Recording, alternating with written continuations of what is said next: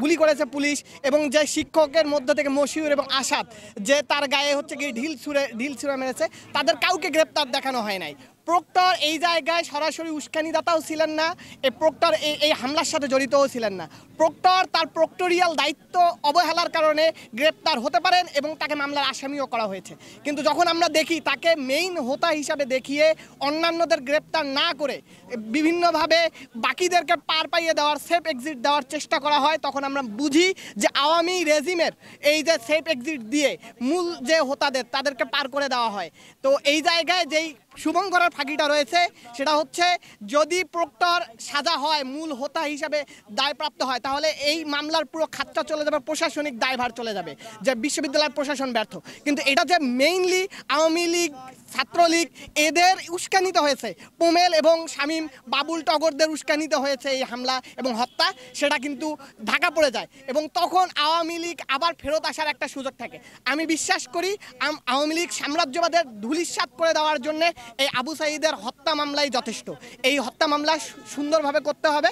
আমরা যদি দেখি যে এই হত্যা মামলা সুন্দরভাবে না হচ্ছে, তাহলে উপরে অবশ্যই অনেক ষড়যন্ত্র রয়েছে, যে ষড়যন্ত্রের দ্বারা তারা পার পেয়ে যাচ্ছে। এই জন্য চিফ প্রসিকিউটর, আইন মন্ত্রী এবং অন্যান্য যে দপ্তর রয়েছে, সকল দপ্তরকে আমরা জানাই দিতে চাই যে এটা সুষ্ঠু তদন্ত করতে হবে এবং যারা মেইন হোতা, মেইন আসামি তাদেরকে ধরতে হবে। এইরকম ছোটোখাটো চুনেপুটি দিয়ে রাঘব বোয়ালদের যাতে সেফ এক্সিট দেওয়া না হয়, সেই জন্যেই আমরা আজকে দাঁড়িয়েছি। আমার নাম খোকন, পরিসংখ্যান বিভাগ, 12তম ব্যাচ, বেগম রোকেয়া বিশ্ববিদ্যালয়। এবং আবু সাঈদ হত্যার যারা আসামি আছে, যারা মাস্টার মাইন্ড, এখনও কিন্তু পুলিশের ঊর্ধ্বতন কর্মকর্তাদের গ্রেপ্তার করা হয়নি। আমরা জানি প্রক্টোরিয়াল বডি দায়িত্বের জায়গা থেকে তার একটা এখানে দায়িত্ব থেকে যায়, কিন্তু আমরা জানি সেরকম দায়িত্ব যেমন তার অবহেলা ছিল, তেমনি কিন্তু তিনি আন্দোলনে আমাদের সহযোগিতা করেছেন। আমি যদি 17 তারিখের কথা বলি, গায়েবানা জানাজা যখন আমরা করি, তিনি নিজে উপস্থিত থেকে আমাদের গায়েবানা জানার জন্য ভালোবাসার উপস্থিত ছিলেন। এবং 2 তারিখে যখন আমি আন্দোলন করি, 1 তারিখে আমি স্যারকে ফোন দিই, স্যার আমরা আগামীকাল মানববন্ধন করব। স্যার নিজে বলেছেন ঠিক আছে, তোমার সমস্যা নেই, তোমরা থাকো, আমি পুলিশকে বলে দিচ্ছি আমি নিজে থাকবো। স্যার নিজে উপস্থিত ছিলেন 2টা পর্যন্ত। তো সে যেমন তার দায়িত্বের জায়গা থেকে এখানে ফেসে গেছে, তেমনি কিন্তু সে আন্দোলনে তা আমাদের কিন্তু সহযোগিতাও করেছেন। 11 তারিখে তার যদি বক্তব্য আমরা দেখি, সে কিন্তু যখন তাকে জিজ্ঞাসা করা হয় সাধারণ শিক্ষিত তার গায়ে হাত তুলছে কিনা, কিন্তু তার জবানবন্দি দিয়েছেন না, কেউ আমার গায়ে হাত তোলেনি। সে অথবা তার দায়িত্বের জায়গা থেকে ফেসে গেছে। আমরা চাই সুষ্ঠু তদন্ত হোক, কিন্তু তদন্তের নামে যে প্রহসন, তাকে বলা হচ্ছে প্রধান আসামি, এটা আমরা মনে করি এটা একদম অন্যান্য যে মাস্টারমাইন্ড তাদেরকে সেফ এক্সিট দেওয়ার চেষ্টা করা হচ্ছে। পুলিশের যারা ঊর্ধ্বতন কর্মকর্তা ছিল তাদের এখন পর্যন্ত গ্রেপ্তার করেন, তার মানে কি পুলিশের ঊর্ধ্বতন কর্মকর্তাদের সেফ এক্সিট দেওয়া হচ্ছে?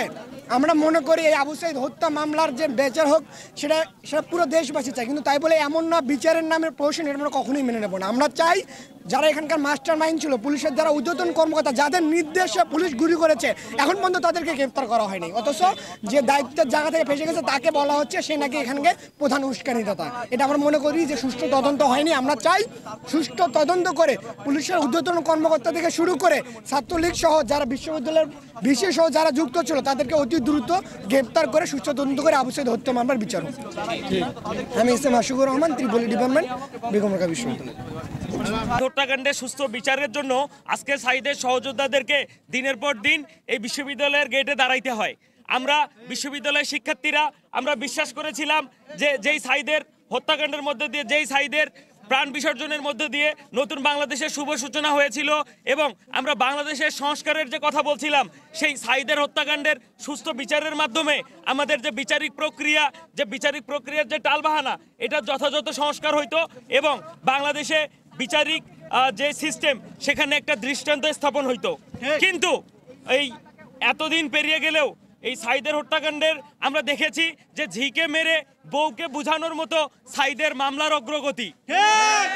আমরা বলতে চাই অনতি বিলম্বে এই সাঈদের হত্যাকাণ্ড যেটি প্রকাশ্য দিবালোকে ঘটেছে, যেটি পুরো ডকুমেন্টেড, কে গুলি করেছে, কাদের নির্দেশে গুলি করা হয়েছে, সেই সময় পুলিশের ঊর্ধ্বতন কর্মকর্তা কারা, সেই রেঞ্জে কোন সিরিয়ালে তারা যুক্ত ছিল, এটা আমরা সবাই জানি।